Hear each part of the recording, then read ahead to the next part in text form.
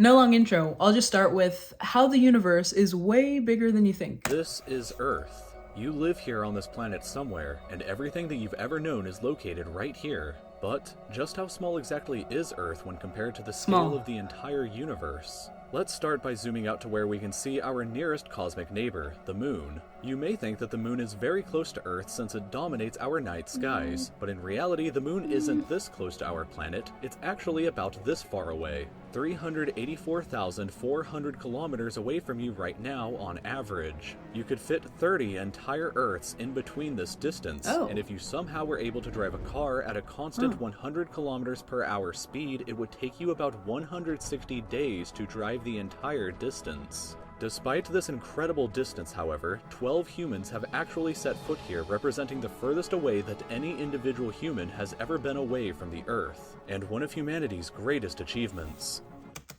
Moon landing deniers, this is your moment. Please weigh in.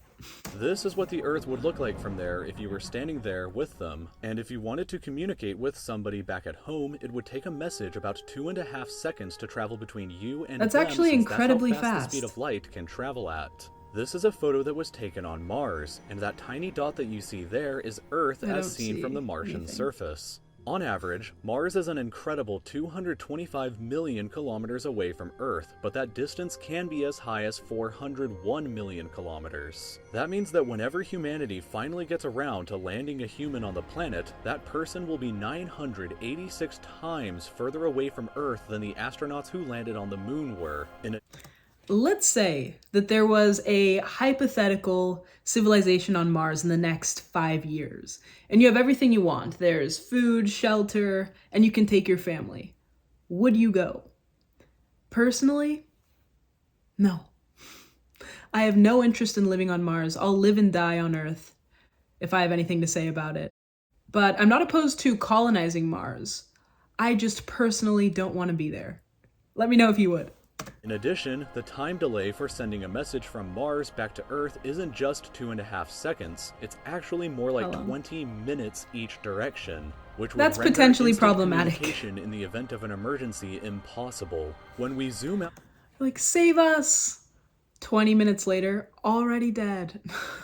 even further away, we can Maybe find they can the fix that. Voyager 1 space probe, which is the furthest away man-made object from Earth. It is currently located 138 AUs from the Earth, AU meaning astronomical unit, which is the distance between the Earth and the Sun, which means that Voyager 1 is 138 times further away from us than the Sun is. At some point on its long voyage, Voyager 1 turned its camera around and took this photograph. It may not look like I much see at nothing. first, but in my opinion, this is the greatest single photograph ever taken in all of human history. This tiny, pale blue dot is Earth, and I don't think that anybody has ever said something as amazing about this as Carl Sagan when he said, "If you look at it, you see a dot.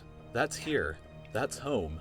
That's us. On it, everyone you ever heard of, every human being who ever lived out their lives. The aggregate of all our joys and sufferings, thousands of confident religions, ideologies, and economic doctrines. Every hunter and every forager, every hero and coward." I don't know if this video is giving me an existential crisis or some positive mindset vibes. Stand by. Every creator and destroyer of civilizations, every king and every peasant, every young couple in love, every hopeful child, every mother and we're every so father, insignificant. every inventor and explorer, every teacher of morals, every corrupt politician, every superstar, every supreme leader, every saint and sinner in the history of our species lived there, on a mote of dust suspended in a sunbeam.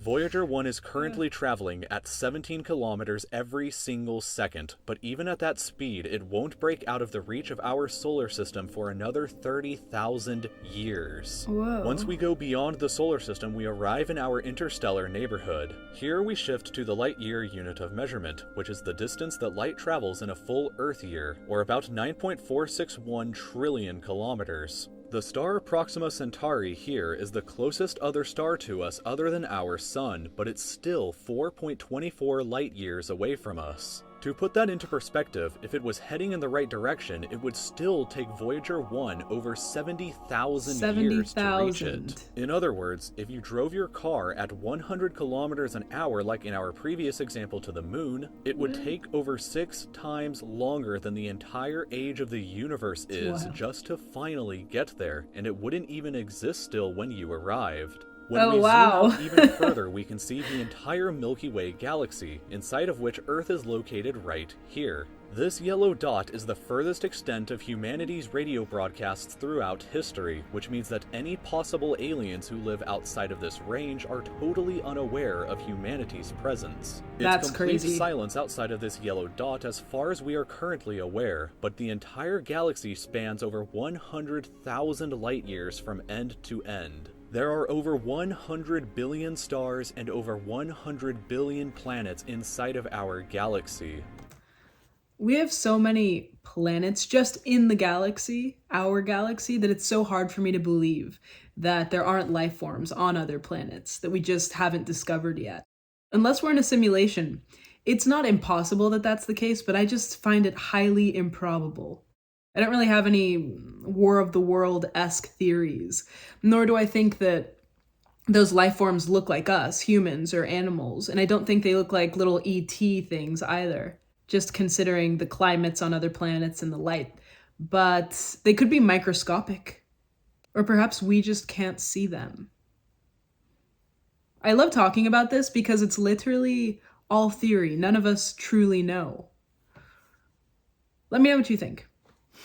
But you have never seen the full glory of the galaxy at night, because 99% of the stars that you can see with the naked eye are limited to this small, tiny region right here. That's nothing. But even this massive galaxy is nothing compared to the rest of what's out there. Zooming out even further and we arrive at the local group of galaxies, a collection of 54 different galaxies that is about 10 million light years across. But zooming out even further and we can see the Virgo supercluster, of which the local group here is just a tiny segment of. There are at least 100 other groups of galaxies just like our own local group inside of here, and the distance from one side to the other is a mind-numbing 110 million light years. But and that's even just the all we massive know about. Virgo supercluster is nothing but a quiet and tiny lobe of the Great Laniakea supercluster, an enormous structure that is home to our galaxy as well as 100,000 other galaxies. The distance from one side to the other is 520 million light years, but from even there we can zoom out all the way to the entire observable universe and see that even the titanic Laniakea supercluster is just a tiny and insignificant part of everything.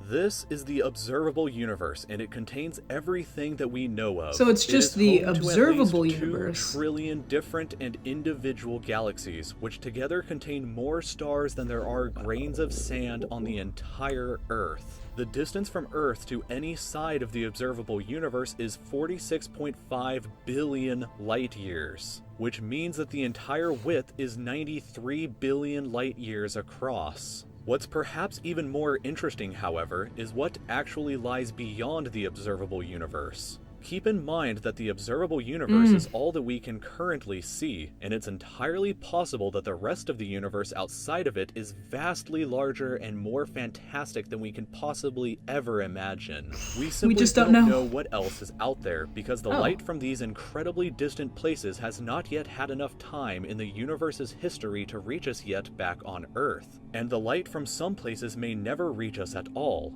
Because some parts of space very far away from Earth are expanding away from us faster than the speed of light, that means that the light from these places will never, in an infinite amount of time, reach Earth. Meaning that even if humanity is eternal and exists forever, there will still be an unknown number of places in the universe that we will never know about or ever see. So, it is very likely that as unbelievably enormous as it seems, the observable universe is just a tiny slice of what we can currently see of the entire universe. According to the theory of cosmic inflation that was proposed by Dr. Alan Guth, if it is assumed that cosmic inflation began at 10 to the negative 37th of a second after the Big Bang, and with the assumption that the size of the universe before inflation began was equal to its age times the speed of light, then this would seem to suggest that at the present day, the entire universe is 150 sextillion times larger than the observable universe. That number for reference looks like this, with this many zeros.